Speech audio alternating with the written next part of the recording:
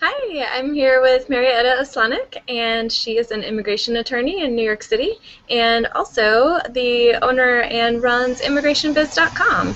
Thank you so much for joining me. Hi, Carrie. Thanks for having me. I would love just to give an overview of your advice to immigrant investors who may be seeking an attorney and kind of what they can expect throughout their visa application process.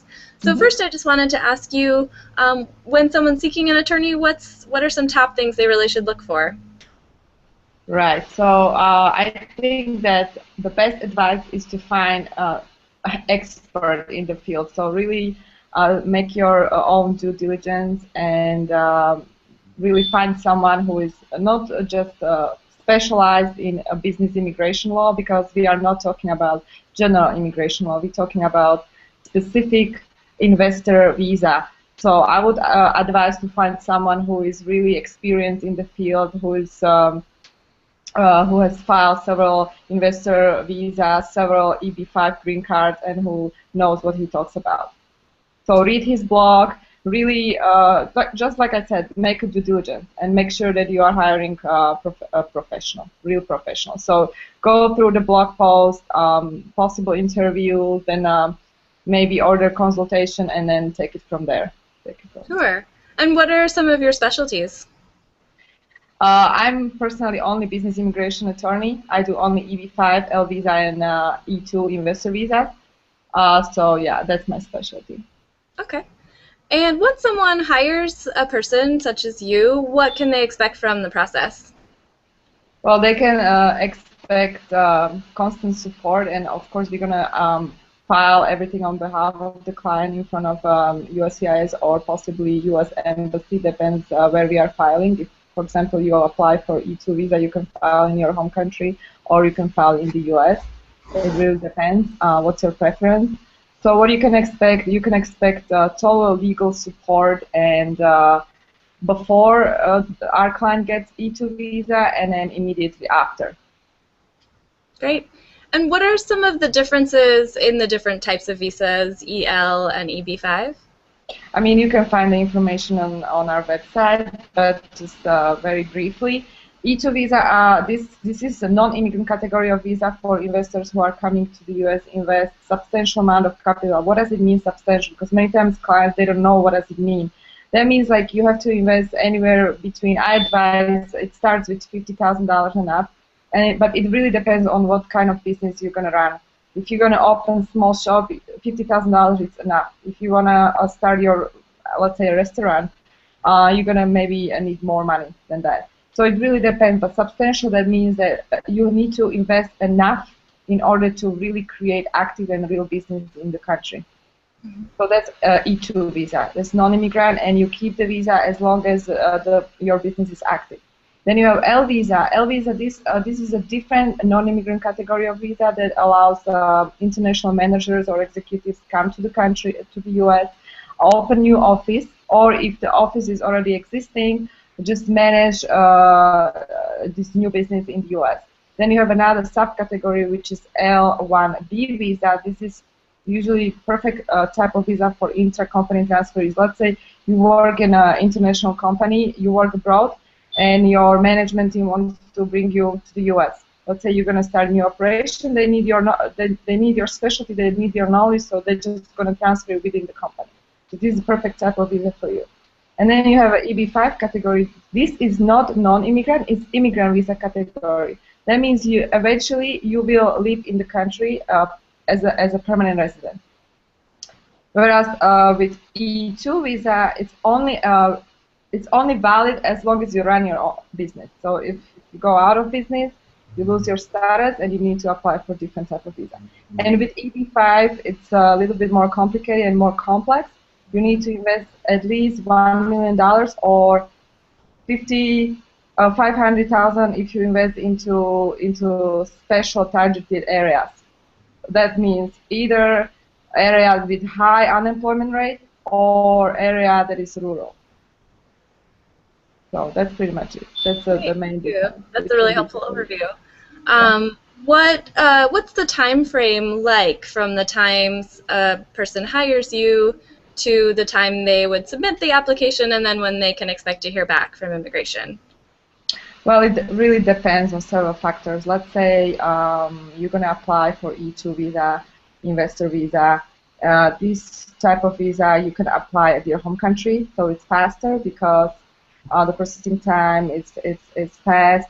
Whereas if you're applying for L visa, for example, you need to first apply in the US at the USCIS, and usually it might take around 3 to 4 months to receive either approval or denial.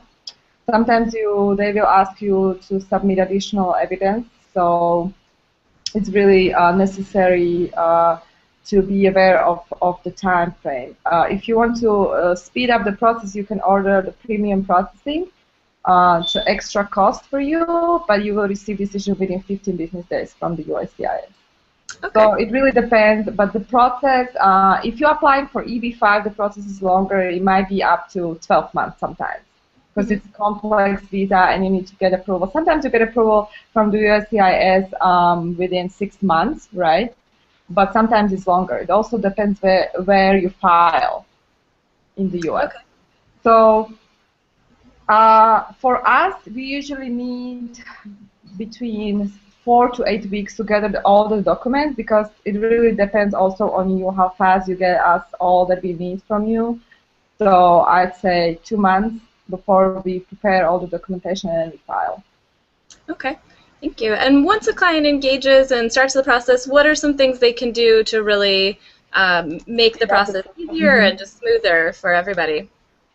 Well, if you really want to file for visa and if you really care about it, you're gonna cooperate. And sometimes clients are annoyed because these visas require so many documents, and sometimes it's just annoying for the client that he needs to submit all these corporate documents, all tax returns, and I understand that. I'd say our client will usually get checklists. So if as fast as you're gonna put everything together and deliver to us, that's the speed how we can deliver the results to you.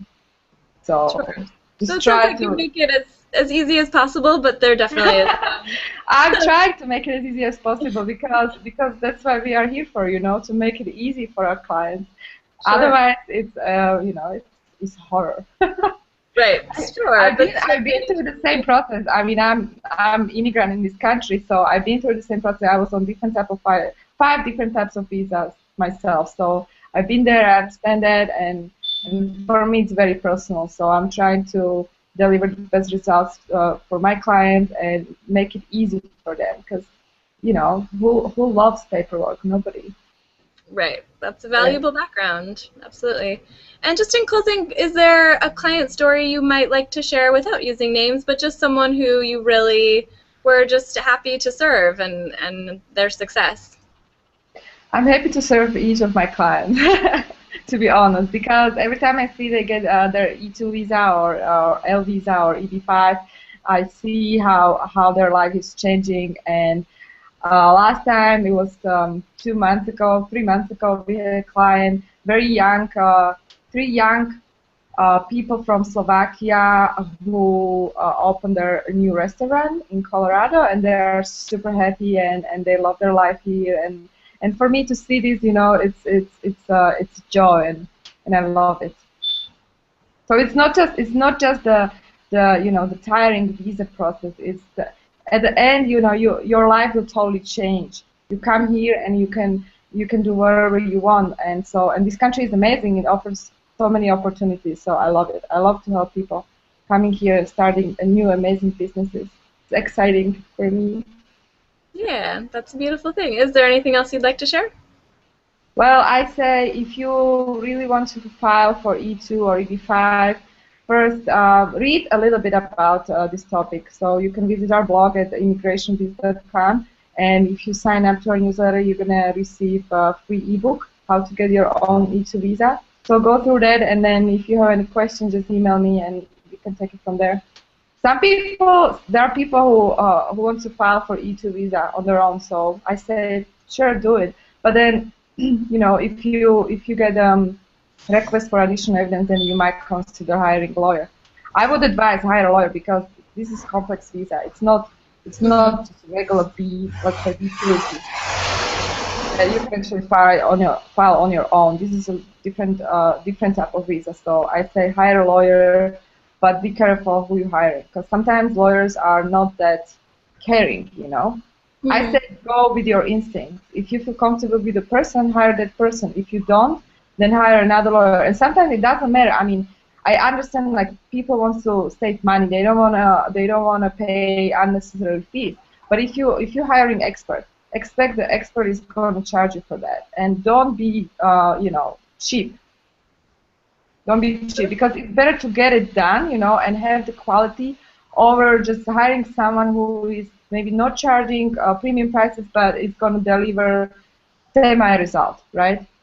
Sure, it's peace of mind with the then it's going to affect your future. So be careful who you're hiring and just follow your instinct. That's my advice. That's what I'm doing whenever I'm outsourcing or hiring someone. So sure, great. Well, thank you so much, Marietta. It's been great to chat with you. Thank you so much, Carrie. Have a great day. Bye. Bye.